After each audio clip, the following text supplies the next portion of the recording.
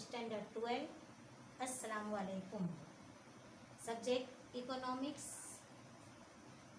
Chapter number 1 अर्थशास्त्र में आले। पार्ट 5 में हमने टेक्नोलॉजी के बारे में मालूमात हासिल की। अब पार्ट 6 में माशियत में टेक्नोलॉजी का इस्तेमाल। तो माशियत में हम टेक्नोलॉजी का इस्तेमाल किस तरह करते हैं, कहाँ करते हैं, कैसे करते हैं, इसके बारे में आज हम जानकारी हासिल करेंगे। तो माशियत में टेक्नोलॉजी का इस्तेमाल यानी कि कंप्यूटर के इस्तेमाल में हम किसका इस्तेमाल कहाँ करते हैं। तो पहला है हमारा प्रेजेंटेशन यानी कि पीपीटी। तो हम इसका इस्तेमाल कैसे करते हैं। तो माशियात के मजमून में अजीबो गरीब उसूल आते, मालूमात आती है, कोई भी ऐसे मसले आते, नुकात आते जिसको हल करना बहुत मुश्किल हो जाता है। तो उसे आसान करने के लिए हम पीपीटी का इस्तेमाल करते हैं। पीपीटी कंप्यूटर के ज़रिए बनाई जाती है। इसमें के सामने वाले को आसानी से समझ सके इस तरह के हम स्लाइड बनाकर उसे पेश कर सकते हैं। मसलन फ़र्ज करो कि हमने जमात 11 में बजट एक हमारा लेसन है। तो हम बजट के बारे में यानी कि बजट हमारा लेसन है। तो बजट के बारे में अगर मैं आपको समझाना चाहूँ तो लेसन बहुत बड़ा है, आपको समझना पड़े। इसलिए अगर मैं आपको आसानी से समझाऊँ तो मैं इसे 3 स्लाइड में भी आपको समझा सकती हूँ।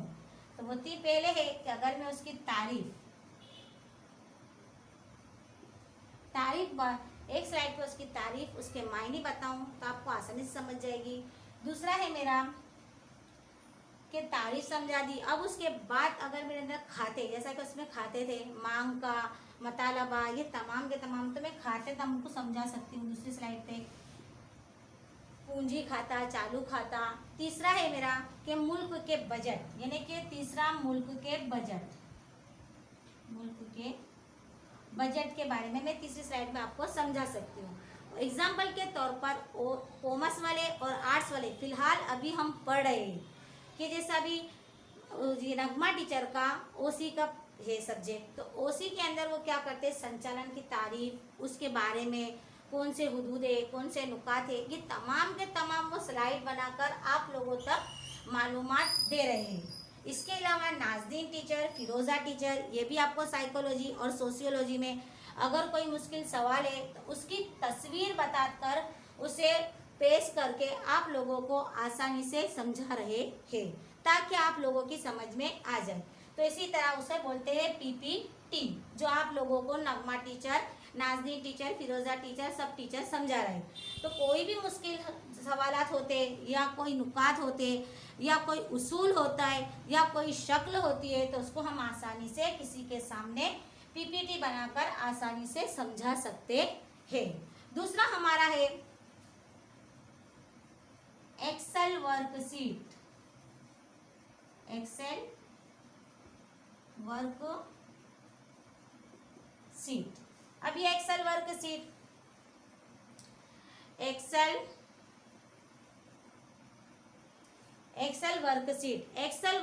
में ये एक्सेल वर्कशीट में हम तादाद आदात की यानी कि आदात का जमा, नफ़ी, गिनती जो भी हो वो उसको हम सेकंड में हल कर सकते हैं। शुमारियत के जितने भी सवालात थे, मुश्किल से मुश्किल सवालात भी एक्सेल वर्कशीट के ज़रिए हम इसको आसानी से समझ सकते हैं और समझकर हम इसकी तस्वीर और तरसीम भी बना सकते हैं। चाहे वो गिनती हो,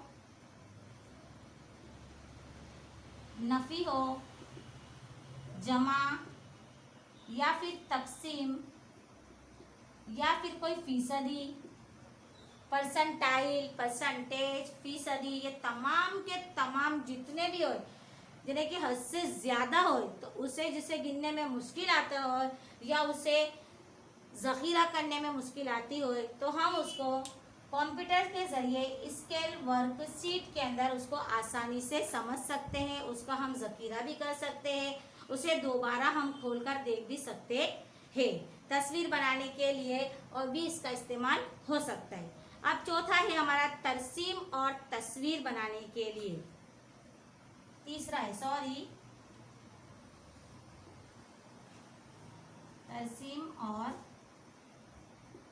तस्वीर बनाने के लिए। तस्वीर और तरसीम बनाने के लिए भी कंप्यूटर का इस्तेमाल होता है, लेकिन उसमें सॉफ्टवेयर MS वर्ड और जो एक्सेल है इसकी मालूमात अगर हमको अच्छी तरह से होती है या फिर कोई जानकारी हासिल है इससे, तो हम उसकी मालूमात और जानकारी हासिल करके तरसीम और तस्वीर को आसानी से कंप्यूटर के ज़रिए बनाकर उसको सामने वाले को पेश कर सकते हैं।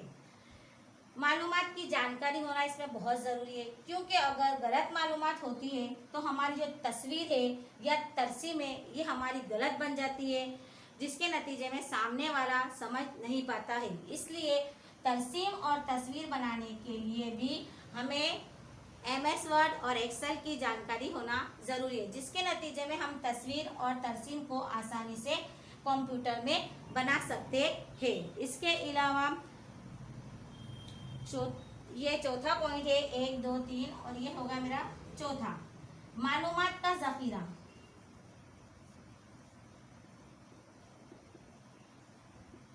मालूमात का ज़ख़ीरा।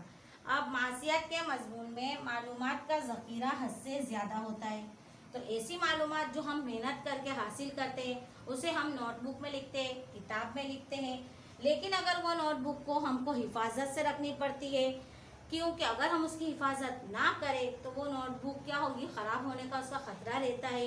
तो ये तमाम के तमाम हमको ना चाहते हुए अगर हमको नहीं करना है तो हम कंप्यूटर में इसका ज़ख़ीरा कर सकते, लेकिन वो ज़ख़ीरा कैसे कर सकते, तो उसका वो ज़ख़ीरा हम हमारे मेमोरी कार्ड में कर सकते, पेन ड्राइव में कर सकते, हार्ड डिस्क में कर सकते। ये हम इसके तीन के ज़रिए हम अपना मालूमात का ज़ख़ीरा कर सकते। इसके अलावा इंटरनेट पे ड्रॉप बॉक्स है या फिर गूगल ड्राइव है, उस पर भी हम मालूमात का ज़ख़ीरा कर सकते हैं। तो ये मालूमात का ज़ख़ीरा हम बरसों के बरस, सालों के साल कर सकते हैं, और हम कहाँ जहाँ दूर जाते हैं, कोई भी मुकाम पर हो और अगर उसकी ज़रूरत हमको आए तो हम फ़ौरन उसका इस्तेमाल करके उसको पढ़ सकते हैं, लिख सकते हैं। तो मालूमात का ज़ख़ीरा हम किस में कर सकते हैं, पेन ड्राइव में, मेमोरी कार्ड में, हार्ड डिस्क में कर सकते हैं, ताकि हमारी वो मालूमात सही सलामत रहे। अगर हम उसको नोट में लिखते हैं या कोई बुक में लिखते हैं, किताब में लिखते हैं, तो उसे ख़राब होने का ख़तरा रहता है, क्योंकि वो नोट गुम हो सकती है या फिर वो ख़राब भी हो सकती है या फट भी सकती है, यानी कि सालों साल उस नोट को, उस बुक को हमको हिफाजत से रखना पड़ता है। तो इसीलिए हम मालूमात का ज़ख़ीरा पेन ड्राइव, मेमोरी या फिर हार्ड डिस्क में करके कर सकते हैं। इसके बाद हमारा है दीगर वसाइल।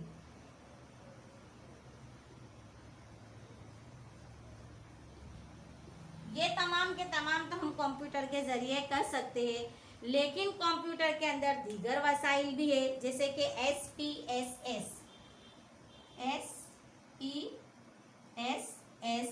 इसके अलावा है सेज़ाम, SHA, सेज़ाम। ये तमाम के तमाम भी इसमें मौजूद है, लेकिन हम इसका इस्तेमाल नहीं कर सकते। क्यों नहीं कर सकते, क्योंकि ये तमाम के तमाम जो सॉफ्टवेयर है ये हमको फ्री नहीं मिलते, बल्कि हमको इसको इंटरनेट पर से ख़रीदना पड़ता है। तो आम आदमी इसका इस्तेमाल नहीं कर सकता। पर क्यों नहीं कर सकता, तो इसलिए नहीं कर सकता क्योंकि ये तमाम के तमाम महंगे हासिल होते हैं। इसका इस्तेमाल जो बड़ी बड़ी कंपनियां हैं, जो बड़ी बड़ी तंजीमें हैं, वो इसका इस्तेमाल कर सकती है। अब इसके अलावा इंटरनेट पे दूसरी फ्री भी है, ग्रेटल, PSPP फ्री में, ग्रेटल, दूसरा है SPSPP। ये तमाम के तमाम जो नेट पर आते हैं ये फ्री है, लेकिन इसका इस्तेमाल कौन करता है, तो इसका इस्तेमाल स्कूल की तालीम के लिए किया जाता है, या फिर बड़े बड़े माहिरीन इसका इस्तेमाल कर सकते हैं। ये हमारे हो गए 5 पॉइंट के मासियात में टेक्नोलॉजी में कंप्यूटर का इस्तेमाल क्या है। तो पहला है PPT, कि जिसके ज़रिए हम कोई भी मसला, कोई भी नुकात, कुछ भी हो उसको आसानी से सामने वाले के सामने पेश कर सकते हैं।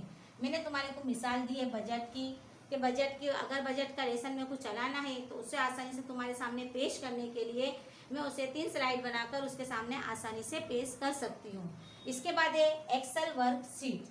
एक्सेल वर्कशीट के अंदर गिनती, नफ़ी, जमा, नफ़ी यानी कि तफरीक, जमा, तकसीम, फीसदी, ये तमाम के तमाम हमको सेकंड में इसका हल हासिल हो जाता है। हल हासिल होने के बाद ये तमाम का हम उसके अंदर ज़ख़ीरा भी कर सकते हैं। अब आएगा तरसीम और तस्वीर बनाने के लिए। तो तरसीम और तस्वीर बनाने के लिए उसकी जानकारी, कंप्यूटर की जानकारी बहुत होना ज़रूरी है। MS वर्ड है, फिर एक्सेल है, ये तमाम के तमाम हमको जानना ज़रूरी है।